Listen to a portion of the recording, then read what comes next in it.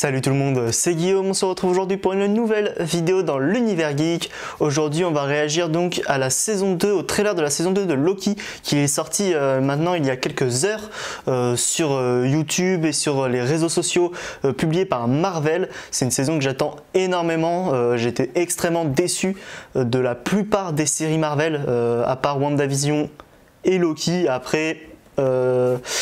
Soldat de l'hiver, Falcon et Soldat de l'hiver était correct, Hawkeye aussi c'était correct, mais c'était pas transcendant. Mais en tout cas, après de nombreux projets en tout cas qui étaient un peu décevants d'affilée, que ce soit film ou série du côté de Marvel, et des séries notamment vraiment très compliquées avec Miss Marvel, She-Hulk ou Secret Invasion où c'était vraiment mal géré. J'ai hâte de voir ce qu'ils vont faire sur la saison 2 de Loki. Donc on va regarder ça tout de suite. Hop, on est bien en HD, le son est bon, allez, c'est parti.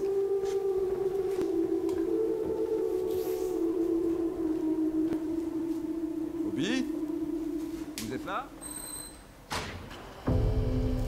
Nous avons un petit problème pour lequel nous avons besoin de vous. Mobius? Waouh! Je suis content de vous revoir.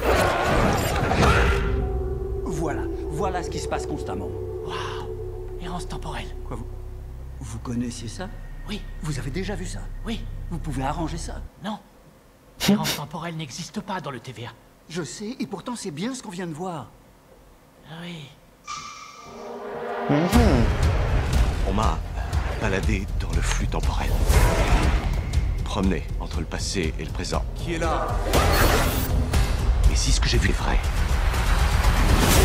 alors plus rien ne protège ce monde de la destruction totale.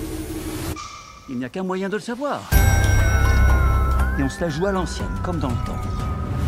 Nous n'avons pas le même style. Vous êtes un homme d'action, ce que je respecte. J'ai une approche plus lente, délibérée et cérébrale que vous. C'est vraiment excellent. 6 octobre. C'est à nous de sauver le TVA. Est-ce qu'il est fissuré? C'est bon. Quoi qu'on fasse, on se prend pour des dieux. On est des dieux. Oui.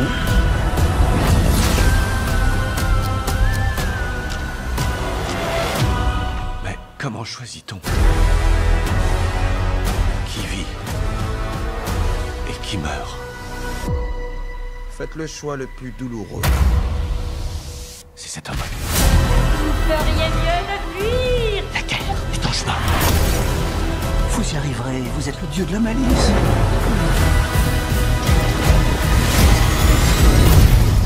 Je le serai à jamais.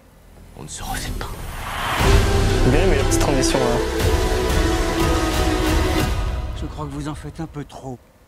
Je trouvais ça approprié.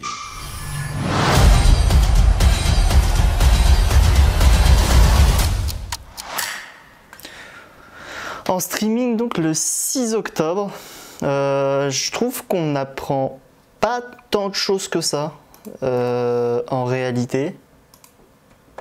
À part, on apprend du coup que Loki a un problème temporel, qu'il est balancé un petit peu partout dans le temps, même au sein du TVA, ce qui n'est pas normal.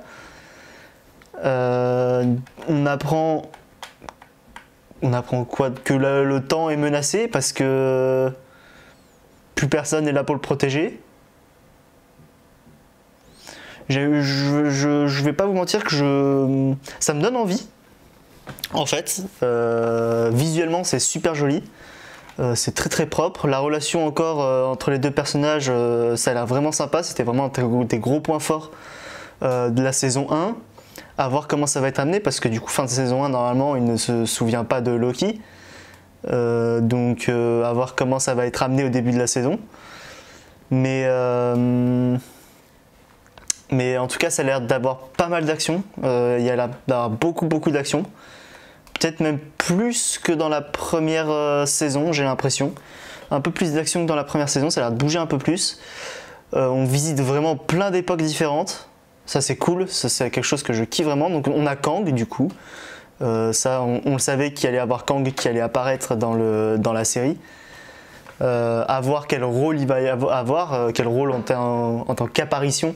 On sait qu'il va avoir un rôle majeur dans l'histoire, vu que ça va être à cause de lui un petit peu que justement toute cette histoire de temporalité, etc. est un peu en train de s'effondrer. Mais à voir quel rôle, est-ce que l'acteur va beaucoup apparaître, pas juste un épisode, est-ce que ça va être un peu, comment ça va être un petit peu amené. Mais en tout cas, on sait que cette saison et du coup tout ce qui va se passer dans cette saison et dans la série Loki a une importance énorme sur le reste du MCU, va avoir une importance énorme sur le reste du MCU et ce qui va arriver dans les prochains Avengers, donc Secret Invasion et Kang Dynasty. Donc ça va être très intéressant et très important à suivre déjà. Et puis en vrai ça donne envie quoi. En fait ça a l'air d'être assez... En fait je comprends pas le but final pour l'instant en fait. Qu'est-ce qu'il recherche?